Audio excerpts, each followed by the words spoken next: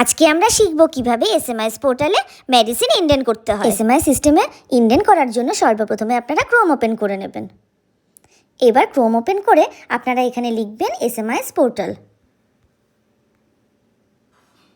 তারপরে সর্বপ্রথম যে অপশানটা আসবে https://drswb.wbhealth.gov.in এখানে আপনারা ক্লিক করবেন।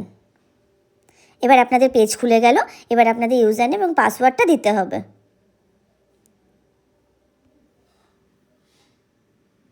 পাসওয়ার্ড দিয়ে দিলেন। এবার আপনাদের ক্যাপচাটা দিতে হবে।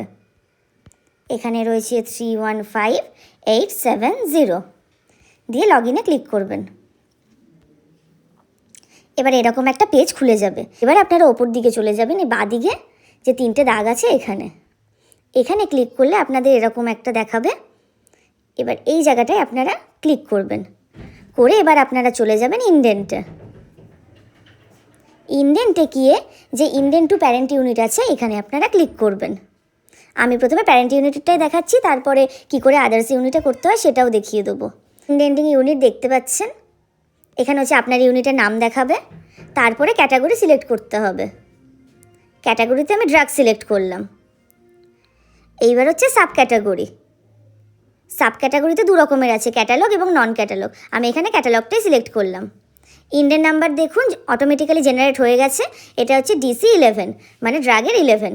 ম্যানুয়াল যদি আপনারা কোনো খাতা মেনটেন করে থাকেন তাহলে এখানে ম্যানুয়াল ইন্ডেন নাম্বার দেবেন। এখানে আপনাকে সিলেক্ট করতে হবে কোন ড্রাগের নামটা। আমি ধরুন সিলেক্ট করলাম অ্যালবেন্ডাজোল ওরাল সাসপেনশন। এটা আমি করব 10টা করে এই যে অ্যাড করে নিলাম।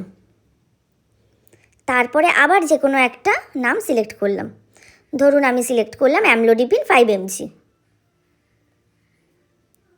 আচ্ছা, এখানে আপনারা দেখে নেবেন অ্যাকাউন্টিং ইউনিট, যেরকম এখানে রয়েছে স্ট্রিপ অফ 10 ট্যাবস, মানে আপনি যদি 100 ইন্ডেন্ট করতে চান তাহলে এখানে করতে হবে 10 × 10, তাহলেই হলো 100। আর এই যে কারেন্ট স্টক দেখাচ্ছে এটা হচ্ছে আমার কত স্টক রয়েছে সেইটা দেখাচ্ছে। এখানে আপনি ইন্ডেন্ট করতে গিয়ে দেখেও নিতে পারবেন যে আপনার কারেন্ট স্টক কত রয়েছে।